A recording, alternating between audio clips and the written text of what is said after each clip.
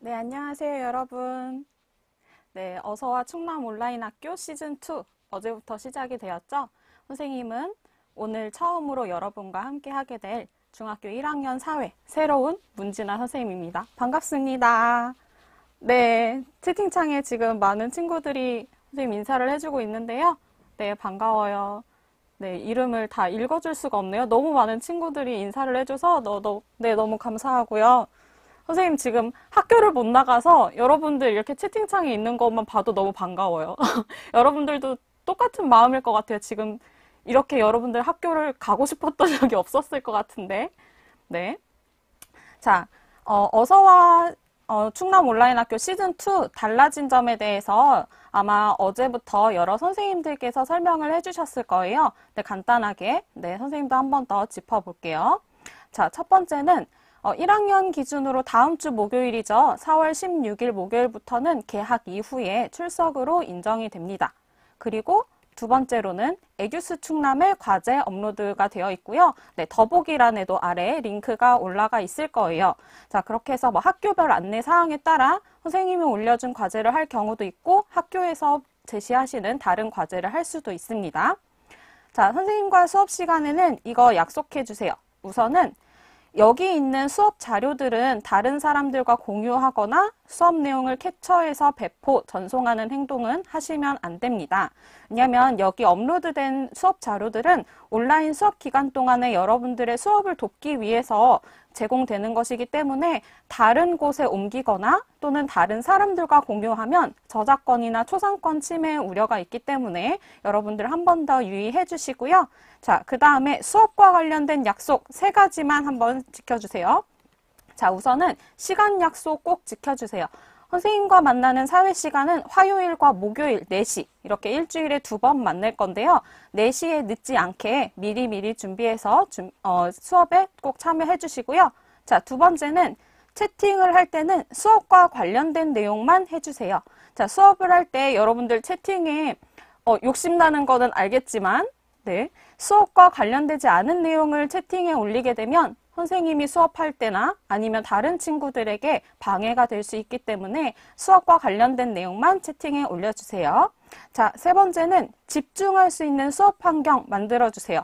여러분들 집에서 수업 듣다 보면 조금 더 느슨해지게 되죠. 혹시 지금 4시가 넘었는데 혹시 잠옷 입고 있는 친구들 없죠? 네. 그래도 옷은 입고 네, 세수하고 정신 차리고 수업 환경 만들어서 집중할 수 있도록 해주세요. 자, 그 다음에 댓글 이렇게 달아요. 자, 하트 사용하는 거 어제 1교시 때 송수연 선생님 수업할 때도 봤었죠? 네. 파란색, 노란색, 초록색, 빨간색 하트로 여러분들이 글로 올려주면 선생님이 채팅을 읽으려고 해도 선생님이 바로바로 볼 수 없을 때가 있거든요. 이렇게 색깔로 구분해주면 네, 네, 색깔로 구분해주면 선생님이 조금 더 빠르게 볼 수 있을 것 같아요.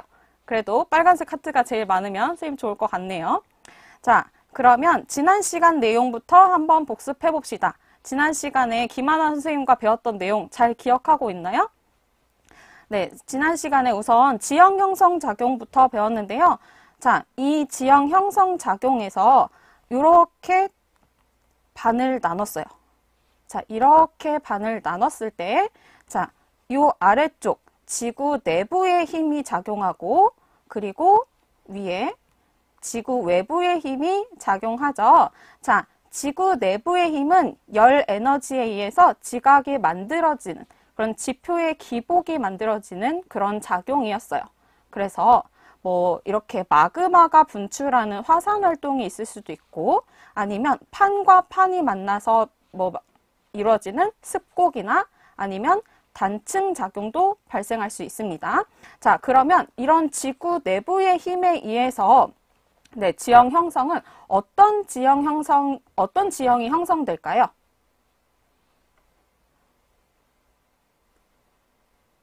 네. 답을 좀 기다려 보려고 했는데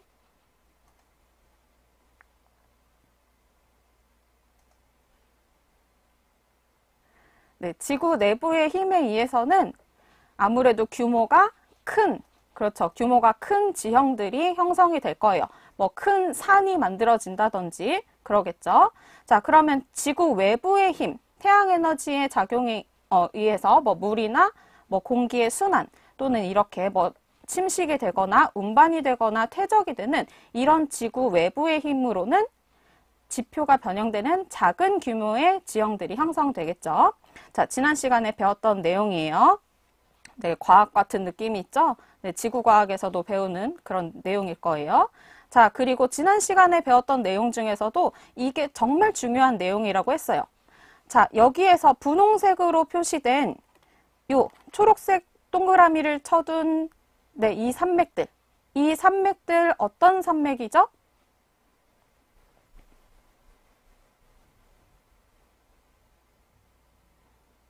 초록색 동그라미 어떤 산맥이죠? 둘 다 적어주면 안 돼요.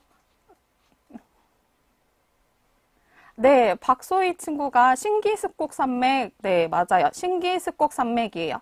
자, 신기습곡 산맥의 특징 한번 떠올려 봅시다. 우선은 형성 시기가 오래되지 않았죠. 새롭게 만들어져서 신기습곡 산맥이라고 했어요. 그러다 보니까 해발 고도가 높고 경사가 가파른 그런 높은 산들이 주로 신기습곡 산맥이었어요. 자, 그러면 요 파란색 산맥, 빨간색 동그라미 친 요것들 네, 어느 산맥이죠?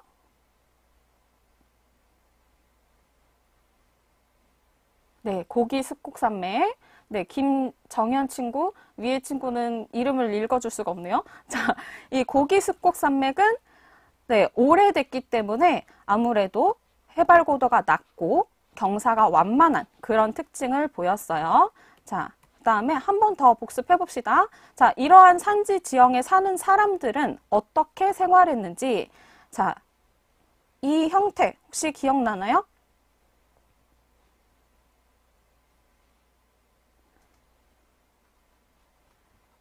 산지 지형에서 이렇게 그렇죠. 박소희 친구 계단식 농업. 네, 경사지를 개간해서 뭐 논으로 활용하기도 했었고요.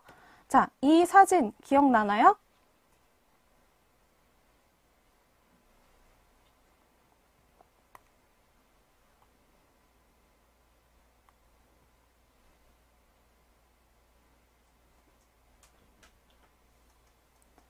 최동아 친구, 저런 형식의 밭이 우리나라에도 있나요? 네, 있어요. 우리나라에도 뭐 다랭이도 뭐 있습니다. 네, 네, 그렇죠. 광산. 네, 지하 자원이 풍부한 곳에 광업 도시가 발달했다. 이렇게 광물을 캐는 그런 사람들의 경제 활동도 이루어졌습니다. 그리고 이렇게 관광으로도 활용하고 또는 이거는 그 전에 기후할 때도 배웠었어요. 열대 고산 지역. 여기는 고산 기후가 나타나서 사람이 살기 좋은 1년 내내 봄과 같은 날씨가 나타나기 때문에 이렇게나 사람들이 많이 살아서 고산 도시가 발달한다고 했어요. 자, 이렇게 지난 시간에 배웠던 내용 간단하게 복습해 봤고요. 자, 오늘 배울 내용 같이 살펴볼게요. 자, 네, 오늘의 학습 주제 해안 지형과 주민 생활입니다. 지난 시간에는 산지 지형에서 주민들이 어떻게 생활했는지 배워봤다면 오늘은 해안 지형에서 주민들이 어떻게 생활하는지 한번 살펴볼게요.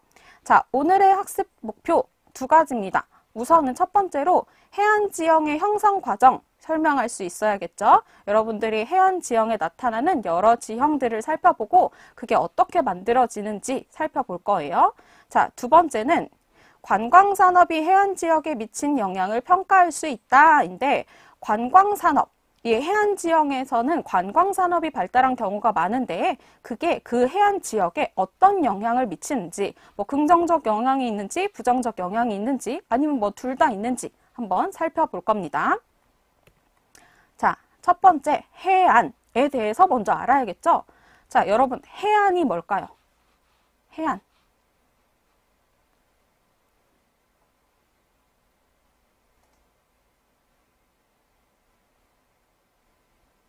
자, 해안이 뭘까요? 바다. 그냥 바다는 아니고요. 바다 안 아니에요. 바닷속이 아니고요. 네, 광민진 친구, 육지와 바다가 만나는 곳. 네, 거의 정확하게 순서만 바뀌었네요. 네, 이 해안이라는 거는 한자죠. 바다 해에 가장자리 안자를 써서 바다와 육지가 만나는 곳이라는 뜻이에요. 자, 해안을 보면 이렇게 모식도를 볼 수 있는데요. 자, 해안에는 이렇게 바다 쪽으로 육지가 튀어나온 곳이라는 곳이 있고 육지 쪽으로 들어간 만이라는 곳이 있습니다. 자, 곳은 육지가 튀어나온 곳, 그리고 만은 육지가 움푹 들어간 곳이에요. 자, 이 곳과 만이 육지가 바다로 튀어나왔냐 아니면 들어갔냐에 따라서 파랑 에너지의 작용이 달라지는데요. 곳은 지금 보면 이렇게 이 파랑 에너지 화살표가 어떻게 되고 있어요? 네, 이렇게 집중되고 있죠. 자, 이 곳이라는 곳은 파랑 에너지가 많이 집중돼요. 자, 그러면 파랑 에너지가 집중돼요. 파랑 에너지를 많이 받아요. 그럼 이 곳은 어떻게 될까요?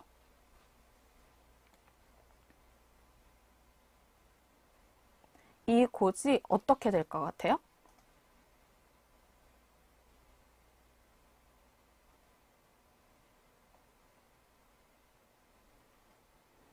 사라져요? 없어집니다?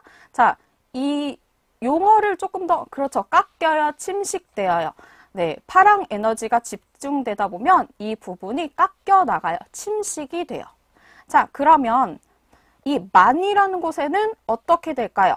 자, 이 만은 지금 화살표를 보면 파랑 에너지가 이렇게 되고 있죠. 네, 파랑 에너지가 분산돼요. 자, 파랑 에너지가 분산되는 만에서는 어떤 현상이 나타날까요?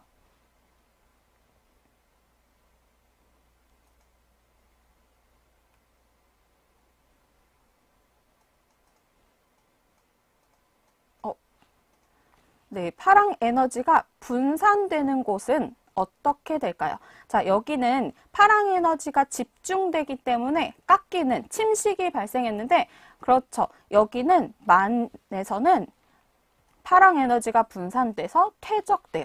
네, 퇴적이 발생합니다. 그러면 이 해안 지형에 어떤 곳은 침식이 되고 어떤 곳은 퇴적이 이루어지면서 과연 해안에 다양한 지형들이 어떤 것들이 형성이 되었는지 하나씩 살펴볼게요. 자, 암석해안부터 차근차근 살펴볼게요. 암석해안은 파랑의 침식작용으로 형성되는 곳이에요. 파랑에 의해서 많이 깎여 나간 그런 곳에 암석이 많아서 암석해안이라고 부르는데요. 자, 이 암석해안에서 볼 수 있는 이 모식도 중에서 혹시 여러분들 파랑의 침식작용으로 형성된 지형들 뭐 알고 있는 거 있나요?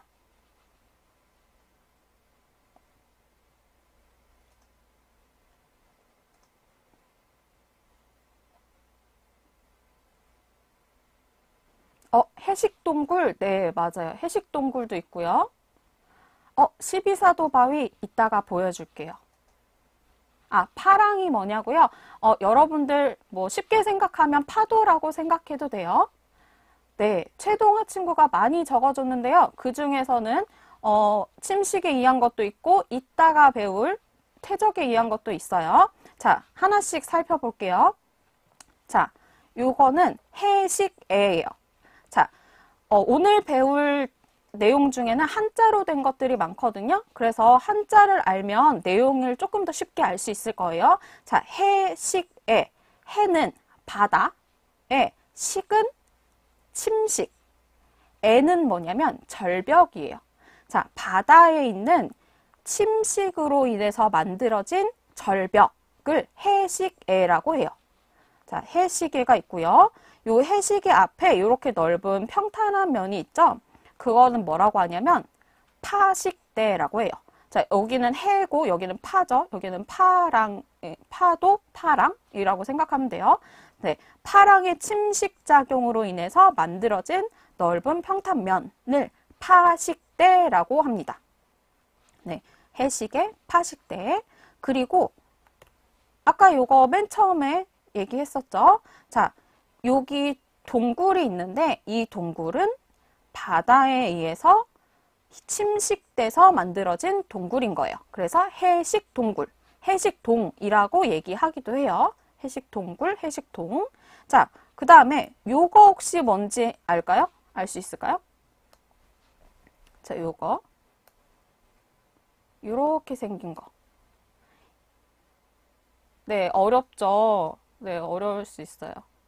그냥 기본적인 개념만 이해하고 넘어가시면 될 것 같아요.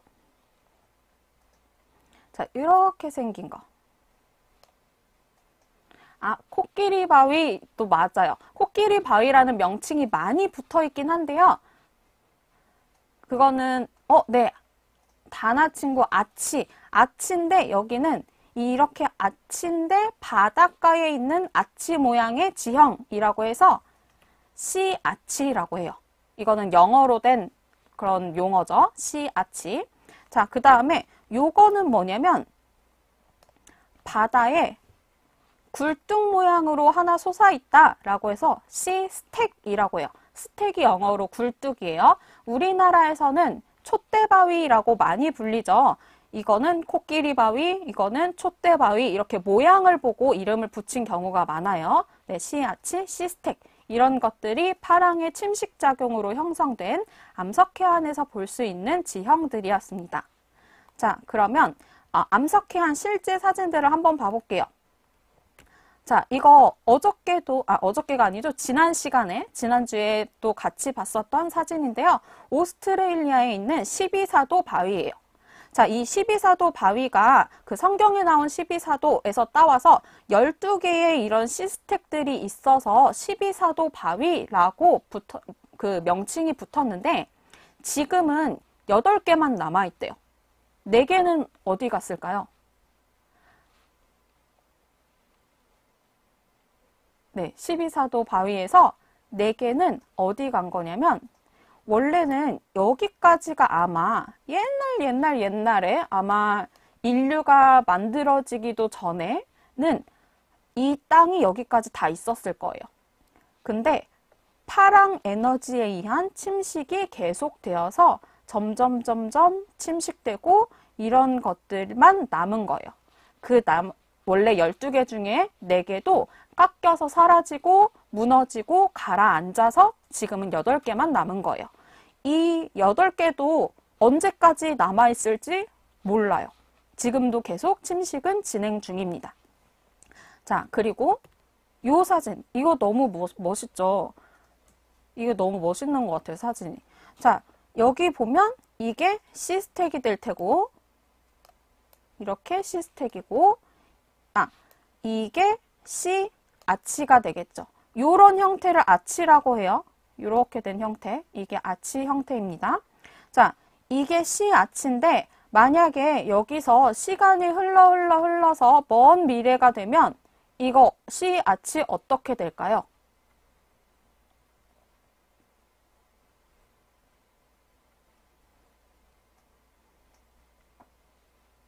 네, 지금 아치 계속 물어보는 친구가 있는데 네, 이런 형태를 아치라고 해요. 네, 맞아요. 여기가 무너지게 되면 시스텍이 되겠죠. 네, 이것도 사라질 수 있어요. 네, 점점 침식이 계속돼서 사라질 수 있어요. 그리고 만약에 이 부분에 계속 침식이 돼서 점점 깎여서 구멍이 뚫려요. 파여요. 그러면 여기 뭐가 생길까?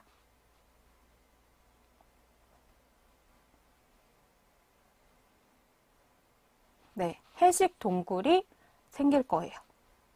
어떻게 될지는 아무도 몰라요. 우리가 여러분들이나 선생님이 살아있을 때는 아마 보기 어렵겠지만 우리의 후손은 언젠가 이 시아치가 아니라 여기를 시스텍으로 배울 수도 있겠죠.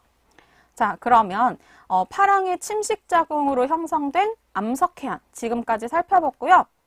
자, 이번에는 파랑의 퇴적작용으로 형성된 모래해안 살펴볼게요. 자, 모래해안의 대표적인 곳들. 자, 여기 사빈이 있어요. 사빈은 모래사자예요. 모래사. 모래가 물가 빈자인데 모래가 물가에 있다 라고 해서 사빈이라고 해요. 여러분들 사빈은 많이 가봤을 거예요. 여름에 해수욕장이 대부분이 사빈이에요. 그리고 또 이거 혹시 알까요? 이렇게 생긴 거? 이 지형이 뭔지 아는 친구 있을까요?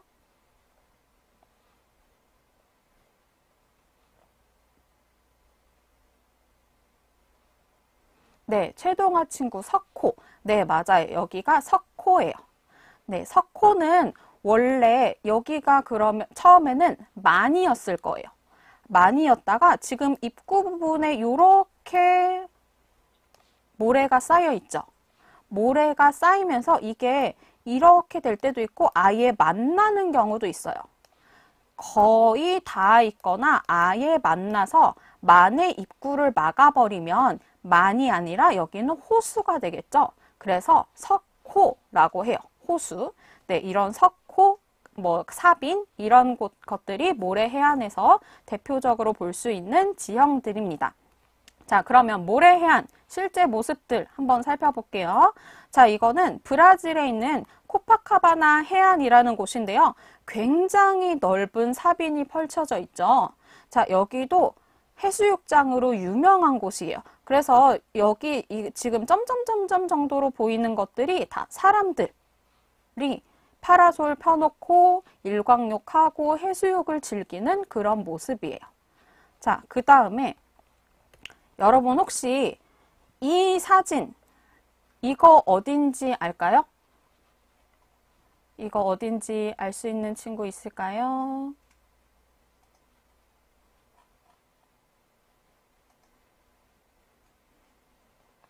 이거 우리나라예요. 네. 태안. 네, 태안까지 맞았어요.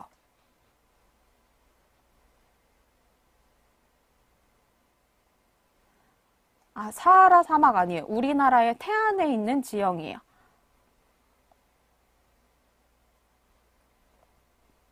네, 우리나라에 이런 곳이 있는지 몰랐죠?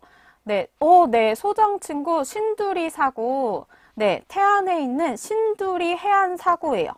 자, 이 사구라는 게 뭐냐면 이런 사빈, 모래 사빈이 있는 곳에 뒤쪽에 형성되는 모래 언덕인데 이 사빈에서 바람에 의해서 사빈에 있던 모래들이 날려서 뒤쪽에 쌓이게 되면 이렇게 사구가 만들어져요. 모래 언덕이에요. 이 태안에 있는 신두리 해안 사구는 강한 북서풍, 우리나라는 북서풍의 영향을 받는 곳이죠. 그래서 강한 북서풍에 의해서 앞에 있던 넓은 모래사장에 사빈의 모래들이 날려서 이렇게 큰 마치 사막같이 보이는 사구가 형성된 곳이에요. 네, 굉장히 신기하죠? 여기 가보세요. 정말 멋있어요. 네, 멋있어요. 혹시 태안 친구들도 있나요? 네, 태안 친구들은 아마 가봤을 것 같은데요. 자, 그 다음에 이거는 우리나라의 대표적인 석호 중에 하나인 강릉의 경포호예요. 자, 경포호가 지금 이렇게 예전에는 이런 형태의 만이었겠죠.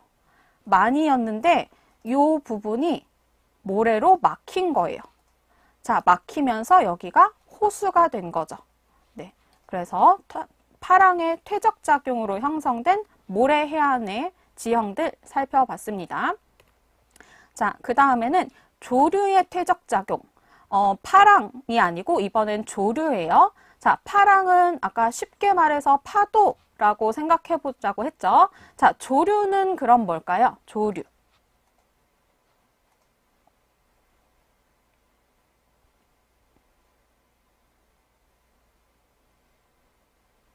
네, 조류 뭘까요? 아, 새 아니고요. 네, 그 조류 말고요.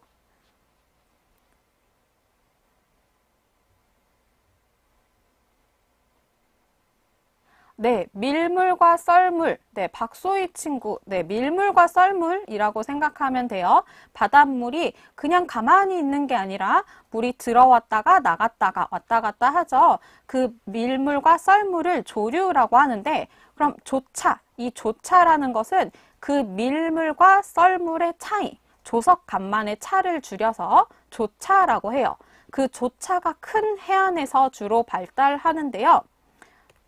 자, 이게 충남 보령의 넓은 갯벌이에요. 자, 혹시 보령 친구들도 수업 듣고 있나요?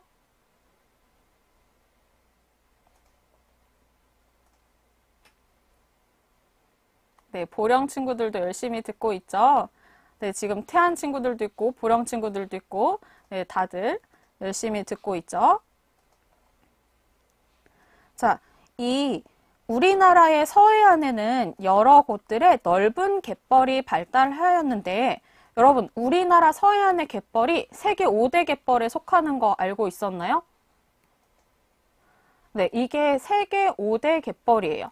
북해연안, 우리나라 서해안, 미국 동부의 조지아 연안, 아마존 위역, 캐나다 동부 연안. 이게 세계에서 5대 갯벌에 속하는데 우리나라 서해안 갯벌이 정말 큰 규모의 갯벌입니다. 여러분들은 아마 많이 가봐서 그냥 앞에 있는 갯벌인가 보다 이렇게 생각할 수도 있는데 정말 세계적인 규모의 엄청나게 큰 그런 갯벌입니다. 자, 그리고 여러분들이 잘 못 봤을 것 같은 색다른 해안을 한번 소개해 볼게요. 자, 이건 산호초 해안인데요. 네, 너무 예쁘죠? 네, 열대 기후 지역의 얕은 해안에서는 산호초로 이루어진 해안 지형이 나타나기도 해요. 산호초는 사실 대부분은 바닷속에 잠겨 있는데 가끔씩 일부가 바다 위로 올라와 있어요. 이거는 전 세계에서 가장 큰 산호초 해안이라고 하는 오스트레일리아 북동부의 그레이트 베리어 리프라고 하는데요. 말 그대로 그레이트는 크다, 거대하다라는 뜻이고요. 베리어는 장벽이라는 뜻이에요. 그리고 리프는 뭐냐면 산호초를 리프라고 해요. 그러니까 어마어마하게 큰 산호초들이 마치 장벽처럼 이루고 있는 해안이다라고 해서 이 지역의 이름이 그레이트 베리어 리프 이렇게 된 거예요. 네, 그러면 이런 해안 지역에서는 관광 산업이 발달한 경우가 많은데요. 자, 요 사진 한번 볼까요? 자, 이 사진 바다 색깔이 너무너무 예쁘죠? 네, 바다색이 너무너무 예뻐요. 혹시 이 사진만 보고 여기가 어딘지 알 수 있는 친구 있나요? 한번 맞춰볼까요? 네, 유연서 친구 어떻게 알았어요? 네, 와이키키 비치 맞아요. 네, 미국 하와이에 있는 와이키키 해변인데요. 여기가 바닷가, 바다 색이 정말 예쁘기로 유명하죠. 네, 하와이에 있는 와이키키 해변이에요. 바다색이 너무너무 예쁘고 여기는 또 열대 지역이다 보니까 1년 내내 화창한 날씨, 더운 날씨가 계속되다 보니까 사람들이 해수욕을 즐기기에 정말 좋아요. 그래서 지금 이 사진을 보면 여기 이 모래사장을 가득 채우고 있는 지금 점점점점 정도로밖에 안 보이는 것들이 다 사람이에요. 사람들이 해수욕을 즐기고 있는 거고요. 그 다음에 이 건물들이 이렇게 바닷가 앞에 있는 건물들, 이 건물들은 어떤 용도로 지어진 건물들일까요?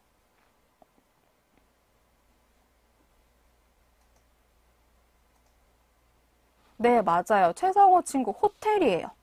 이렇게 호텔이 지어진 이유는 사람들이 이 지역에 와서 여가를 즐기고 관광을 하기 위해서죠. 자, 해안 지역은 사람들에게 많은 볼거리 그리고 휴식처를 제공해 주기 때문에 최근 관광이라든지 여행 산업이 발달하면서 이렇게 많은 호텔들, 뭐 리조트 이런 것도 지어지고 이렇게 주변에 이 관광객들이 즐길 수 있는 시설들 그리고 여기 요트도 하나 있어요. 요트를 타는 사람도 있고 여기 뭐 자세히는 보이지 않지만 서핑을 즐기는 사람들도 있죠. 이렇게 해안 지역에서는 관광 산업이 발달한 경우가 많아요. 자, 그러면 관광산업이 해안 지역에 어떤 영향을 미치는지 자료를 통해서 같이 한번 살펴볼게요. 자, 여기도 굉장히 유명한 그 관광산업이 발달한 곳으로 유명한 몰디브의 사례를 선생님이 가지고 와봤어요. 자, 선생님이 혹시 글씨가 안 보이는 친구가 있을 수도 있으니까 선생님이 한번 같이 읽어볼게요. 네, 수산업이 대부분의 산업활동이었던 몰디브는 1970년대 이후 아름다운 해안지역 곳곳을 관광지로 개발하기 시작하였다. 이후 매년 100만 명 이상의 관광객이 이곳에 찾아오고 있으며 국가경제 수입의 상당 부분이 관광산업에서 발생하고 있다. 관광지 개발 이후 국내 총생산은 꾸준히 증가하였다. 자, 이 지역은 몰디브를 관광지로 개발하면서 많은 사람들이 찾아오고 있으니까 경제적 효과가 어마어마한 거예요. 자, 여러분들 한번 생각해 보세요. 이 해안가에 관광지가 개발됐어요. 호텔이 하나 들어섰어요. 그러면 호텔과 관련된 어마어마한 일자리들이 창출될 거예요. 호텔에서 뭐 요리를 하는 사람이 있을 수 있고, 아니면 호텔에서 객실 청소를 도와주는 사람도 있을 수 있고, 호텔 데스크에서 뭐 어서 오세요 이렇게 안내를 해주는 사람도 있고, 굉장히 많은 일자리가 형성될 것이고, 그리고 하다못해 바닷가에서 해수욕을 즐기다 보면 여러분들 덥죠. 그러면 그냥 음료수를 사 먹을 수도 있고, 그런 부가적인 일자리들이 엄청나게 많이 창출이 돼요. 그래서 이 관광산업이 해안 지역에 발달하게 되면 일자리가 증가하고 뭐 여러 가지 경제적인 활동이 활발해집니다. 그리고 이렇게 해안가에 관광지가 개발이 되었어요. 그러면 관광객들이 이곳을 찾아가기 위해서 뭐를 만들어야 될까요?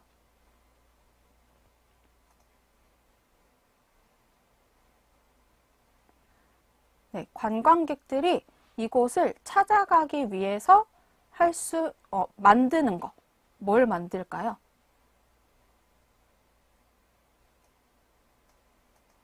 뭐, 놀거리, 서비스업, 네, 맞아요. 그런 것도 다 맞는데, 여기에 가려면, 그렇죠. 조수진 친구, 뭐, 도로, 뭐, 닉네임 이 친구 공항, 뭐, 호텔, 뭐, 이런 것들, 여러 가지 시설들이 지어지겠죠.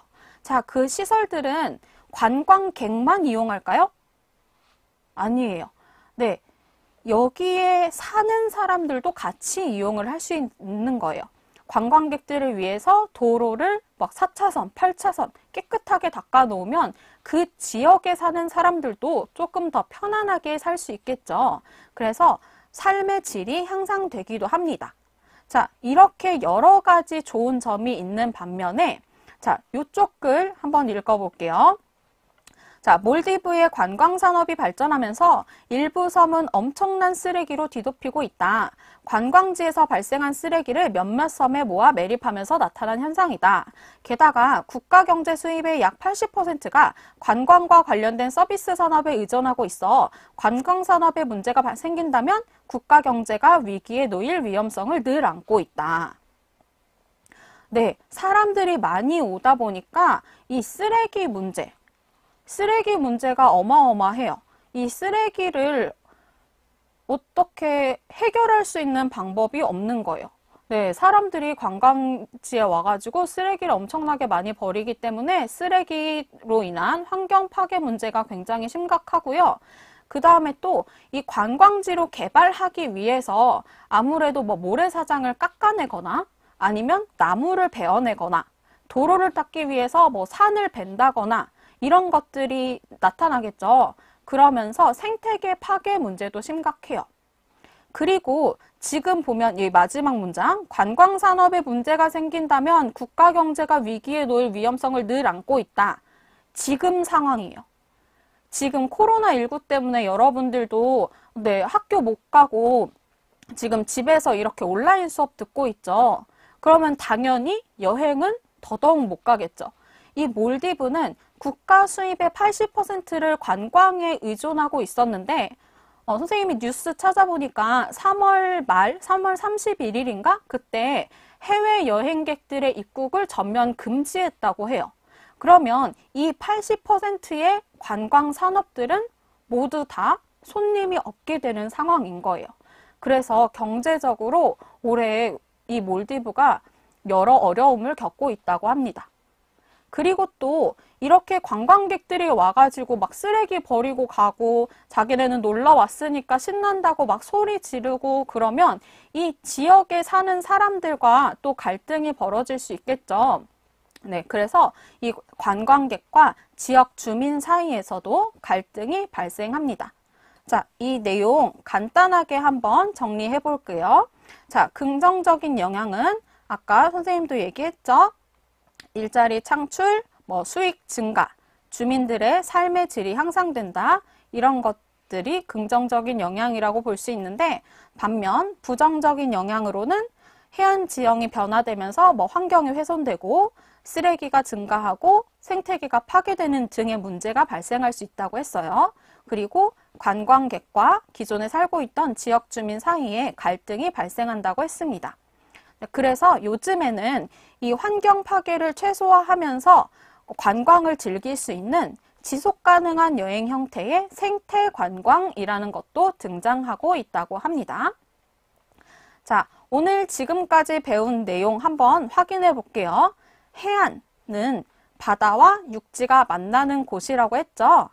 그래서 곳과 만, 바다 쪽으로 육지가 튀어나온 곳과 다음에 육지가 안쪽으로 움푹 들어간 만이 있는데 그 곳과 만에는 파랑 에너지가 다르게 작용을 해서 곳에서는 침식이 많이 발생하고 만에서는 퇴적이 많이 발생한다고 했어요. 그래서 다양한 해안들 살펴봤죠. 암석해안, 파랑의 침식 작용으로 인해서 해시계, 파식대, 해식동굴, 씨앗치, 시스텍 이런 것들이 만들어지는 곳 암석해안이었고요. 그 다음에 모래해안, 파랑의 퇴적작용으로 사빌이나 석호가 형성되는 곳 모래해안이 있었고요. 그 다음에 조류의 퇴적작용으로 인해서 형성된 갯벌해안, 그 다음에 열대기후에서 볼 수 있는 산호초 해안 이런 여러 해안 지형들이 있다고 했습니다. 자, 그 다음에 해안 지역의 관광산업. 네, 해안 지역에는 볼거리, 즐길거리, 휴식처가 되기 때문에 관광이 발달한 곳이 많다고 했는데 그런 곳에서는 일자리가 많이 생기거나 수익이 발생하고 삶의 질이 향상된다는 긍정적인 영향도 있지만 환경이 훼손되고 생태계가 파괴되고 주민과의 갈등이 벌어지는 부정적인 영향도 있다고 했어요. 그래서 요즘에는 지속 가능한 여행 형태인 생태 관광이 증가하고 있다고도 했습니다. 자, 배운 내용 여기서 하나만 점검해 볼게요. 오늘 배운 내용 중에서 가장 중요한 내용입니다. 자, 요 모식도에서 볼 수 있는 퇴적에 의한 지형 한번 찾아볼까요?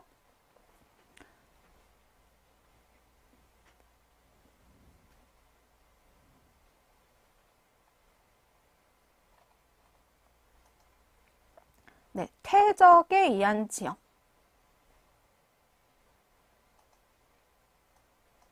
네, 사빈. 네, 사빈도 있고 하나 더 있어요. 네, 석호. 네, 석호와 사빈이 있었죠. 여기가 사빈이고 여기가 석호입니다. 자, 그러면 침식에 의한 지형 어떤 것들이 있을까요?